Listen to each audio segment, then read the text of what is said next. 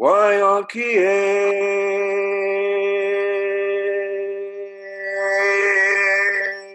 Wayankie, Wayankie, Wayankie, Jennifer Kile, Wakanye Lo, Wayankie.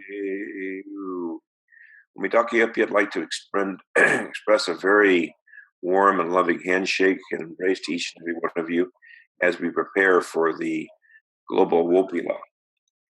And I wanted to share with you a vision, dream that came to me after we had brought the total goal journey down to Standing Rock and then to Greengrass, and we were back in Winnipeg.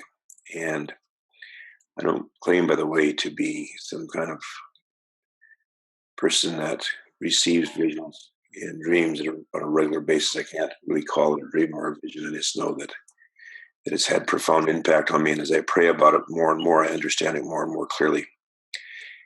And it was the morning early and just beginning to awaken. And all of a sudden, I experienced, and sometimes it is in words, in ways that transcends the murmur of syllables and sounds. So I can't really just say it exactly, but I'll share what the experience was.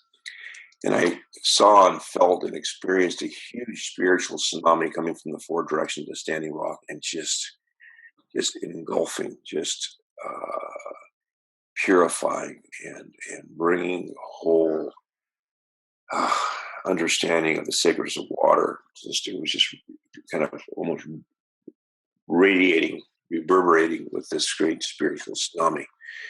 And everybody was being drawn to that everywhere in Mother Earth. And then that vision transformed into a huge blizzard, just of immense proportions. And,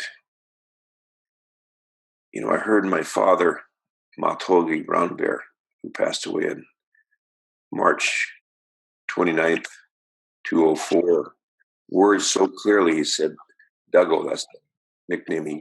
Duggo, remember, everything in life has a rhythm.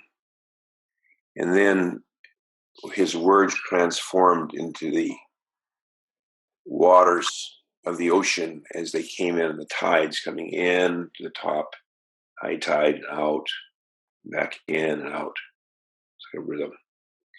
And I realized that spiritual tsunami would have its crest and go out, crest and go out.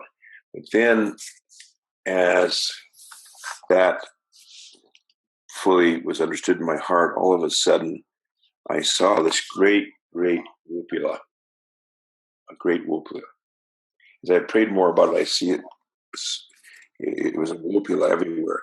I saw our wonderful keeper of our white buffalo calf pipe, 19th generation, chief overlooking horse right in that Wopila. And I saw other elders and others from everywhere in this Wopila. And it was just this sense of thanksgiving everywhere. Thanksgiving for everything. Thanksgiving, by the way, for the blizzard. Thanksgiving for that blizzard. Thanksgiving for tests and difficulties. Thanksgiving for everything. Everything. It was realized that everything comes to us for our own perfecting, our own spiritual growth and development. Nothing comes to us but for us to prosper in the long run. And then from that Wopila, the Thanksgiving, the feelings of Thanksgiving, all of a sudden, everywhere in Mother Earth, there emerged Standing Rocks.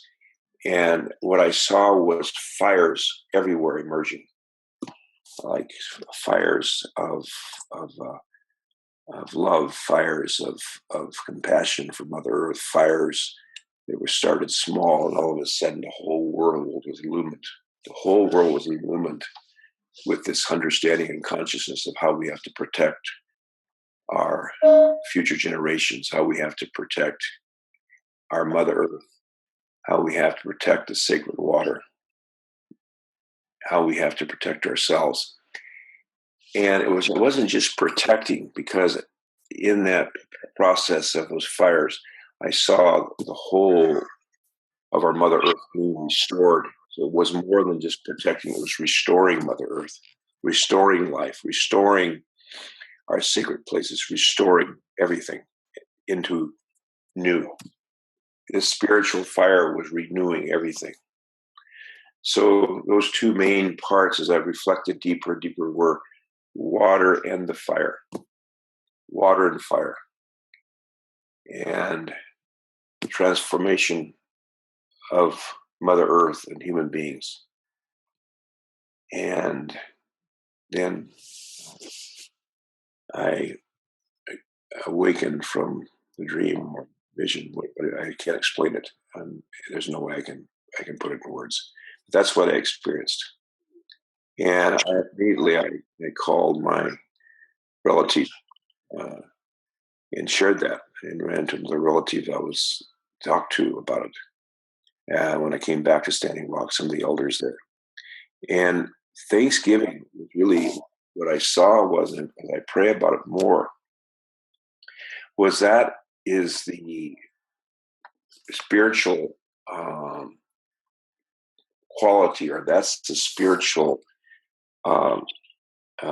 consciousness we need to be in, no matter what happens at Standing Rock, no matter what happens, and ultimately wherever it is that we're standing up for Mother Earth, we have to be thankful and know that whatever our actions are, if they're in alignment with the Creator, alignment in prayers and ceremonies, and whatever comes from that action, whatever reaction occurs, we have to remember that this is way beyond this material world. There's a much, much greater spiritual plan. There's a much, much greater spiritual unfolding occurring here at this time. And that you could view it, I guess, as a temporary spiritual setback or a physical setback, but not really. Really, it's just preparing us for this time that all the prophecies say, the day that will not be followed by night. So, Mitaki Epi, that's what I had to share with you this morning. And I wish you a beautiful day.